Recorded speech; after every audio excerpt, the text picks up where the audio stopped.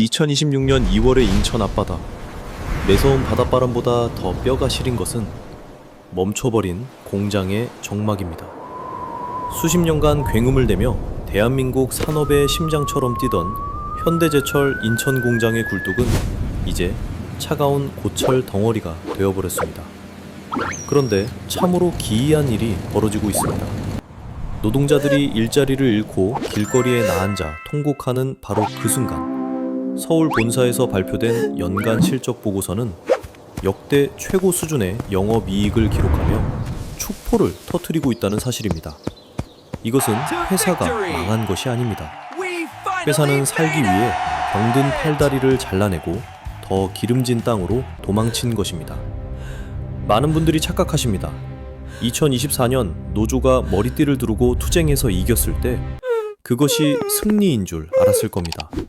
하지만 오늘 제가 들려드릴 이야기는 그 승리가 어떻게 자신들의 목을 조르는 올무가 되었는지에 대한 잔혹한 기록입니다. 당신이 회사 없이는 못 산다고 매달릴 때 자본은 당신 없이도 더 잘 살 수 있는 방법을 이미 찾았습니다.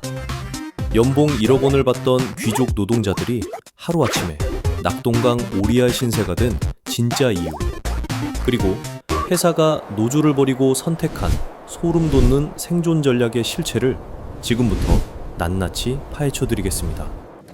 이 방송이 끝날 때쯤이면 여러분은 자신의 책상을 다시 한번 쳐다보게 될 것입니다. 사람들이 흔히 착각하는 것이 있습니다. 현대제철 공장문을 닫게 만든 것이 경영진의 무능이나 정부의 방관 때문이라고 말입니다. 아닙니다. 진짜 살인자는 바다 건너 서쪽에서 소리 없이 그러나 거대한 쓰나미처럼 밀려왔습니다.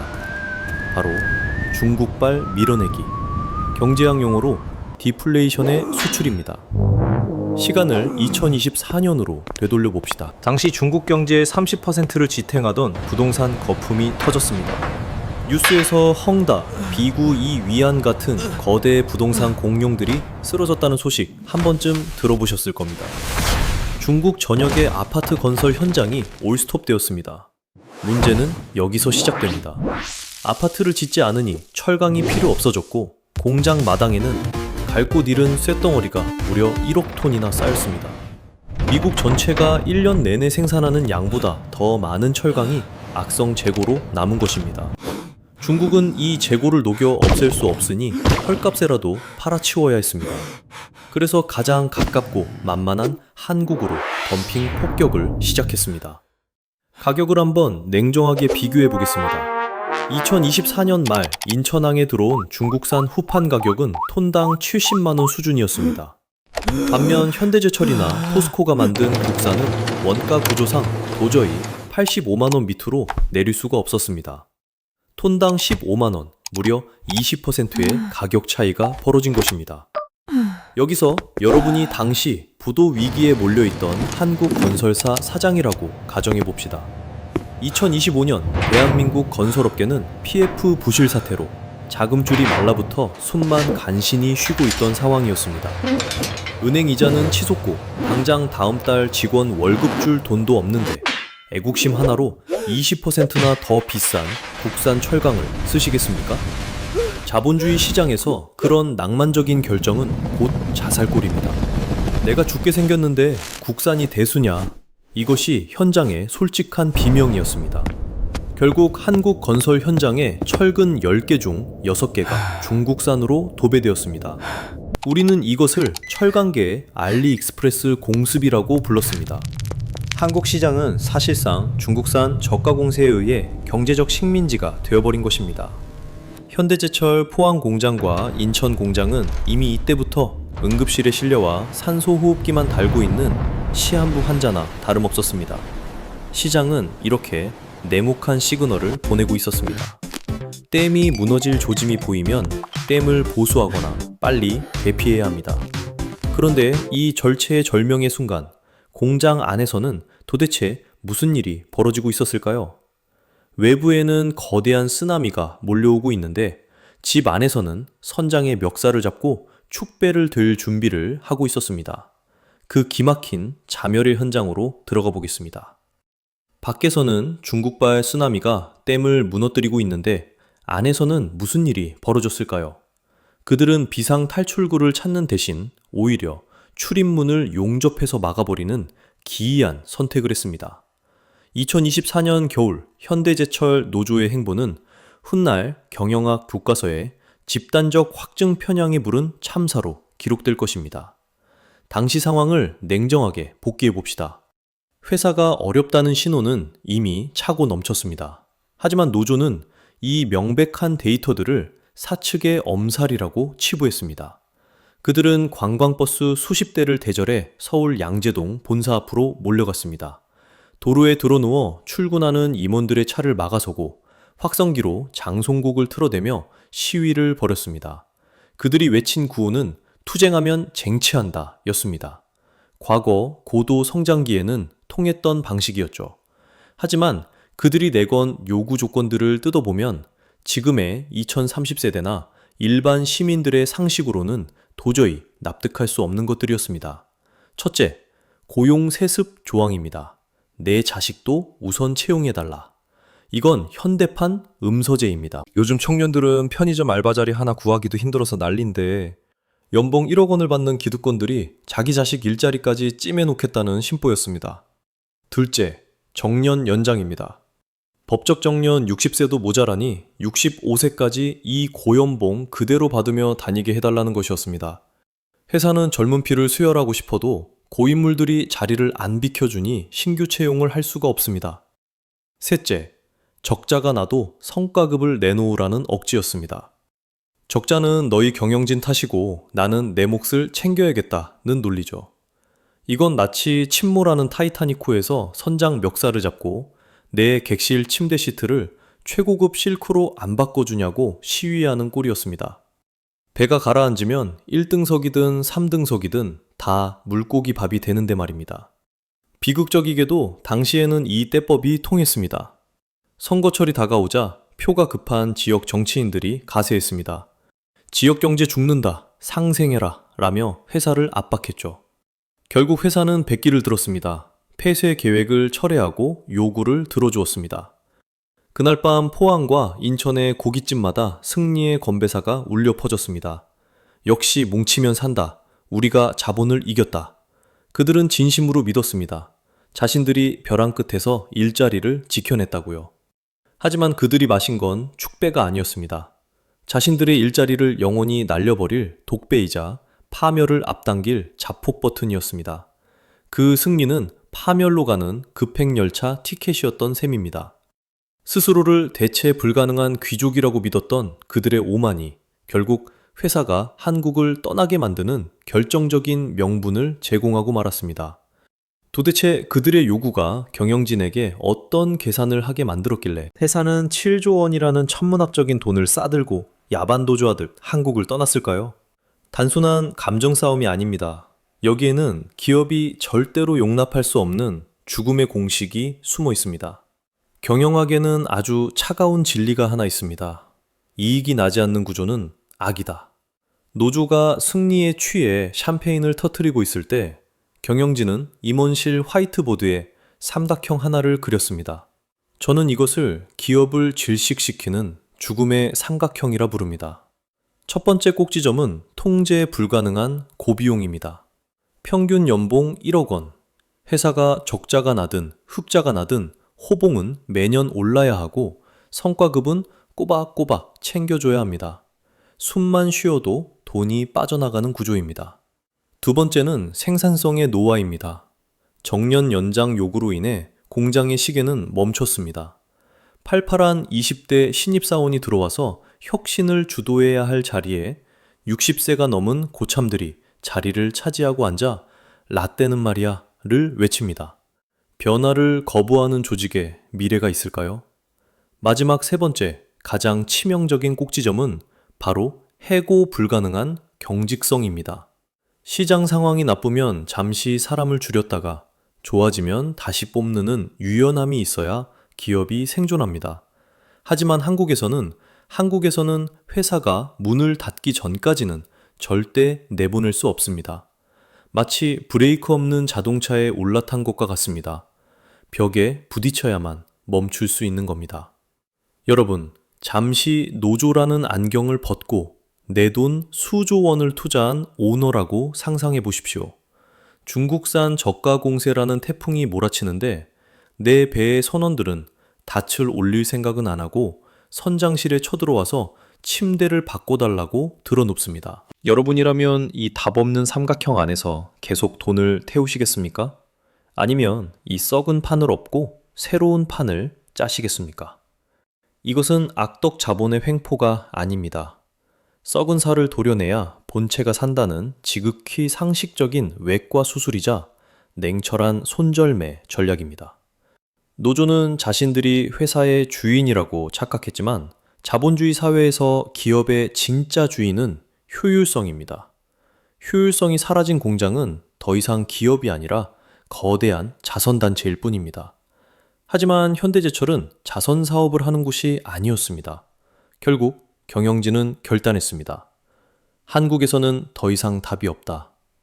이 차가운 계산이 끝난 순간 대한민국 철강 산업의 자존심이라 불리던 그 거대한 자본은 조용히 짐을 싸기 시작했습니다.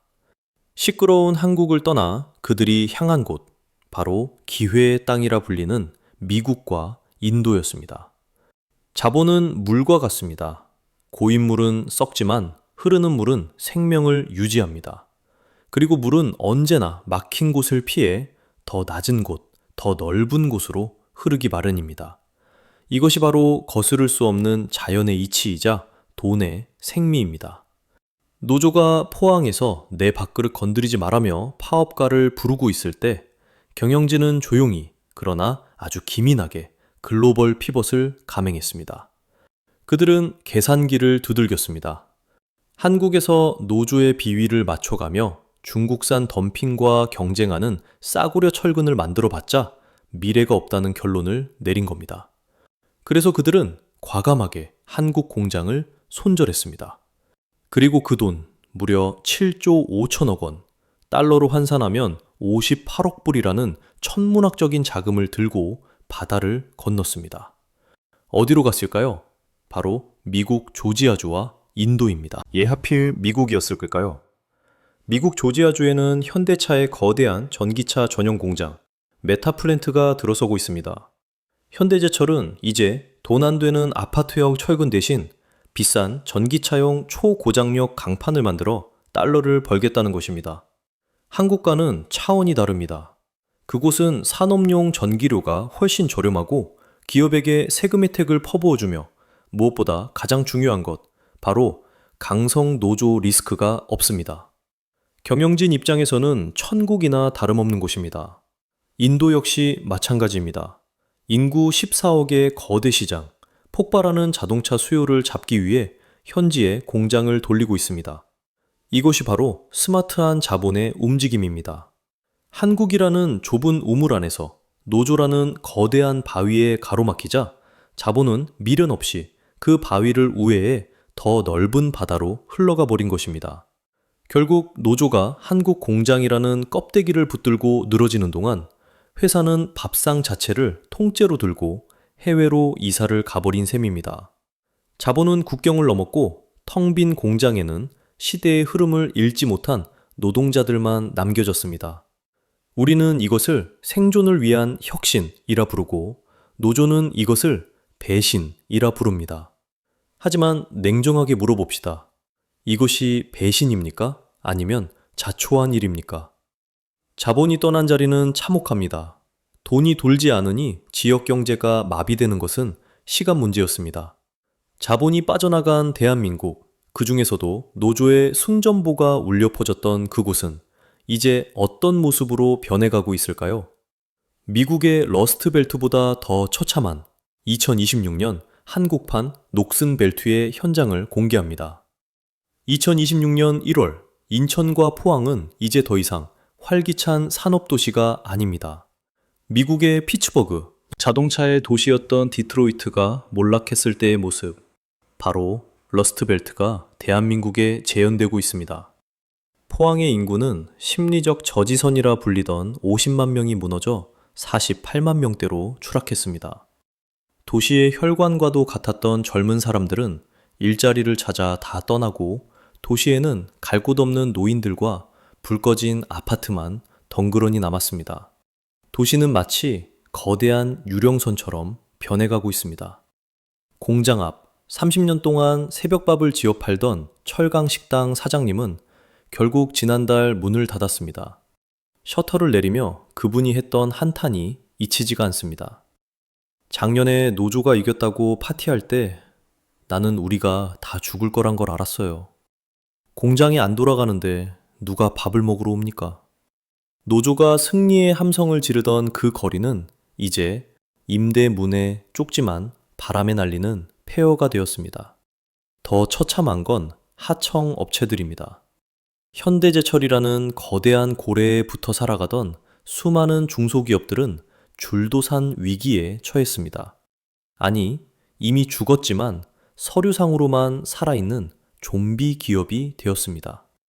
대기업 노조가 파업가를 부르며 휴게실에서 TV를 볼 때 하청업체 직원들은 찍소리 한번 못하고 해고 통지서를 받으며 짐을 싸야 했습니다. 고래 싸움에 등 터진 새우처럼 그들은 아무런 잘못도 없이 가장 먼저, 가장 비참하게 말라 죽었습니다. 노조가 쟁취한 그들만의 리그가 힘없는 하청 노동자들의 생명줄을 끊어버린 것입니다. 가정은 또 어떻습니까? 포항 공장이 멈출 때 희망을 안고 인천으로 올라온 40대 가장 김 씨의 이야기를 해보겠습니다. 이제 마지막 보루였던 인천 공장마저 반토막 나자 그는 더 이상 갈 곳을 잃었습니다. 한때 연봉 1억 원을 자랑하며 아빠가 다 해줄게 라고 큰 소리 치던 그는 이제 대리운전 앱을 켜고 밤거리를 헤매고 있습니다. 아빠, 나 최신 아이폰 사줘 라고 조르던 철없는 자녀들도 이제는 집안의 무거운 공기를 눈치채고 입을 닫습니다. 2026년에 인천과 포항, 이곳은 자본이 떠난 자리가 얼마나 춥고 혹독한지를 보여주는 거대한 무덤입니다. 노조가 우리는 하나다 라고 외쳤지만 그 연대는 배고픔 앞에서 모래성처럼 허무하게 무너졌습니다. 2026년 현대제철 사태가 우리에게 주는 교훈은 잔혹하리만큼 명확합니다. 시장은 도덕이나 때법으로 움직이지 않는다. 그리고 당신의 헌신이 당신을 지켜주지 않는다는 것입니다. 많은 직장인들이 회사를 가족이라고 착각합니다. 내가 이 회사에 청춘을 바쳤는데, 내가 밤새워 일한 게 얼마인데 라며 감정에 호소합니다. 하지만 냉정하게 들리겠지만 회사는 가족이 아닙니다. 회사는 이익을 창출하기 위해 설계된 정교한 알고리즘입니다. 당신이 투입되는 비용보다 더 큰 가치를 만들어내지 못한다면, 혹은 당신보다 더 싸고 효율적인 대체제가 나타난다면 이 알고리즘은 가차없이 당신을 삭제 버튼으로 이동시킵니다. 이것은 악한 것이 아니라 자본주의의 작동 원리 그 자체입니다. 현대제철 노조의 가장 큰 실수는 무엇이었을까요? 그들은 싸워야 할 대상을 잘못 골랐습니다. 그들의 적은 회사가 아니라 공장 문 밖에서 몰려오던 중국산 저가 공세와 산업의 변화라는 거대한 태풍이었습니다. 태풍이 몰려오는데 댐을 보수할 생각은 안 하고 댐 관리소장의 멱살만 잡고 왜 날씨가 이 모양이냐고 따진 꼴입니다. 우린 특별하니까, 우린 킹산직이니까 머리띠 메고 소리 지르면 다 해결될 거라는 그 오만, 그 집단적 착각이 결국 자신들의 삶의 터전을 잿더미로 만들었습니다. 기억하십시오. 목소리 크다고 이기는 시대는 끝났습니다. 이제는 대체 불가능한 실력만이 유일한 생명줄입니다. 여러분이 지금 앉아있는 그 자리는 안전합니까? 혹시 노조가 알아서 해주겠지. 설마 대기업이 망하겠어. 라는 아니란 생각으로 하루하루를 보내고 계시지는 않습니까? 현대제철의 1억 연봉 노동자들도 불과 2년 전에는 그렇게 생각했습니다. 하지만 그 설마가 사람을 잡는 데는 딱 1년이면 충분했습니다. 안전벨트는 사고가 나기 전에 매는 것입니다. 공장 불이 꺼지고 나서야 내가 뭘 잘못했지? 라고 묻는 건 너무 늦습니다. 이제 마지막으로 이 냉혹한 정글에서 살아남기 위해 우리가 당장 해야 할 일을 정리해 드리겠습니다. 자본은 시끄러운 곳을 떠나 조용한 곳으로 흐릅니다. 이것이 2026년 현대제철 사태가 우리에게 남긴 마지막 유언입니다. 중국산 저가 공세라는 거대한 경제적 쓰나미 앞에서 댐을 보수할 생각은 안 하고 댐 관리소장의 멱살만 잡았던 사람들. 우린 특별하니까, 법보다 위에 있으니까 라고 믿었던 그 오만이 결국 자신들의 삶의 터전을 잿더미로 만들었습니다. 자본은 냉정하게 짐을 쌌고 그 피해는 고스란히 지역사회와 힘없는 하청업체, 그리고 결국 노조원 자신들에게 부메랑이 되어 돌아왔습니다. 세상에 공짜 점심은 없습니다. 그리고 파티가 끝나면 계산서는 반드시 청구됩니다. 지금 그 계산서를 받아든 현대제철 노조원들의 손이 떨리고 있습니다. 하지만 그 계산서는 그들만의 것이 아닙니다. 지금 이 순간에도 여의도 어딘가에서 혹은 또 다른 공장에서 머리띠를 메고 투쟁을 외치며 회사의 경영권에 간섭하려는 분들이 계시다면 부디 인천 공장의 저 싸늘하게 식어버린 굴뚝을 똑똑히 보십시오. 시장의 거대한 흐름을 거스르고 내 밥그릇만 챙기려다가는 결국 그 밥상 자체가 엎어진다는 사실을 말입니다. 당신은 지금 회사의 자산입니까? 아니면 언제든 대체 가능한 비용입니까? 이 질문에 당당하게 대답할 수 없다면 지금 당장 머리띠를 풀고 진짜 실력을 키우십시오. 그것만이 다가오는 자본의 겨울에서 당신과 당신의 가족을 지킬 유일한 길입니다. 본 영상은 시장 경제의 관점에서 현상을 분석한 것이며 특정 단체에 대한 비난이 아닌 건전한 비판과 재언임을 밝힙니다. 투자의 책임은 언제나 본인에게 있습니다. 오늘의 이야기가 뼈아픈 통찰이 되셨다면 구독과 좋아요로 이 냉철한 시각을 응원해 주십시오. 감사합니다.